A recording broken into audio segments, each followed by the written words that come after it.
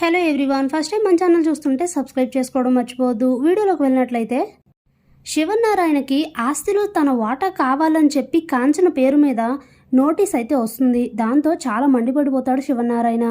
ఇక కార్తిక్ని పిలిచి ఇదంతా నువ్వు చేసిందే, పక్కనే ఉంటూ వెన్నిపోటు పొడుస్తావా అంటూ చాలా మాటలు అంటాడు.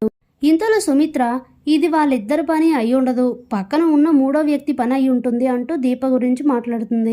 ఒక గంట టైం ఇవ్వండి, అసలు ఎవరిదంతా చేశారో ఏం జరిగిందో నేనే నిరూపిస్తానని చెప్తాడు కార్తీక్. ఇక ఇంతకు ముందు ఒకసారి కార్తీక్ వాళ్ళు రెస్టారెంట్లో ఉన్నప్పుడు శ్రీధర్ తన దగ్గరకు వచ్చి ఆస్తిలో వాటా అడగాలన్న విషయం అన్న మాట గుర్తు చేసుకుని కార్తీక్ చాలా తెలివిగా ప్లాన్ చేసి శ్రీధర్కి ఫోన్ చేసి నోటీస్ తనే ఇచ్చాడు అన్న విషయాన్ని తన చేతనే ఒప్పుకునేలా చేస్తాడు. ఇక వెంటనే శ్రీధర్ అయితే శివనారాయణ ఇంటికి వస్తాడు. తనకేమీ తెలియదు కాబట్టి ఆస్తిలో వాటా అడగడానికని చెప్తే ఇక తను వచ్చి మాట్లాడేసరికి తనే నోటీస్ పంపించాడు, వీళ్ళ ఎవరి ప్రమేయం లేదు అని తెలిసేసరికి శ్రీధర్ మీద శివనారాయణ ఫ్యామిలీ అందరికీ చాలా కోపం వస్తుంది.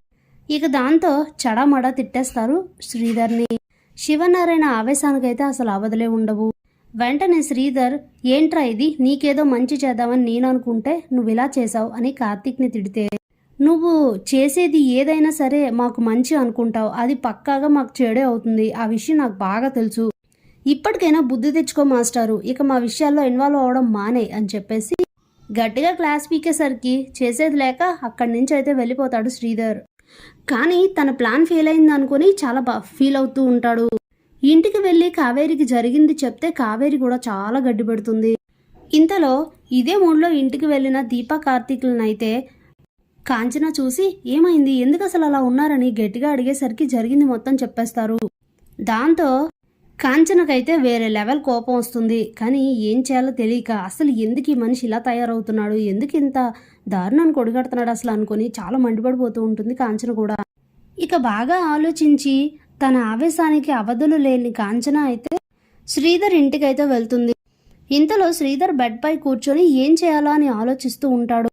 ఏదో పని ఉండడంతో కావేరి అయితే బయటకు వెళ్తుంది. ఇంతలోనే కాంచన వచ్చి శ్రీధర్తో అయితే మాట్లాడుతూ ఉంటుంది. అసలు ఏంటిదంతా, ఎందుకు ఇలా చేసావని చాలా గట్టిగా కోపంగా ఆవేశంగా మాట్లాడుతూ ఉంటుంది.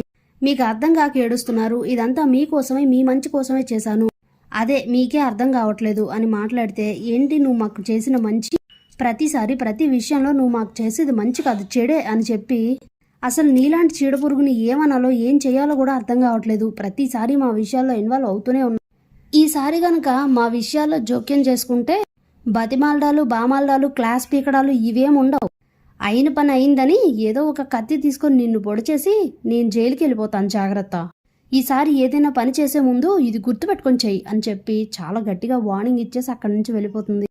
దాంతో షాక్లో ఉండిపోతాడు శ్రీధర్. ఇంతలో తన గదిలో అటు ఇటు తిరుగుతూ శివనారాయణ అయితే ఆలోచిస్తూ ఉంటారు. ఇదంతా ఆ శ్రీధర్ చేసిన పని, అనవసరంగా కార్తీక్ దీపాలను అన్నాను, వాడికి ఎప్పుడు డబ్బు మీద ఆశ లేదు అని అనుకుని ఆలోచిస్తూ ఈ కాలాన్ని నిద్రపోతాడు. Thanks for watching.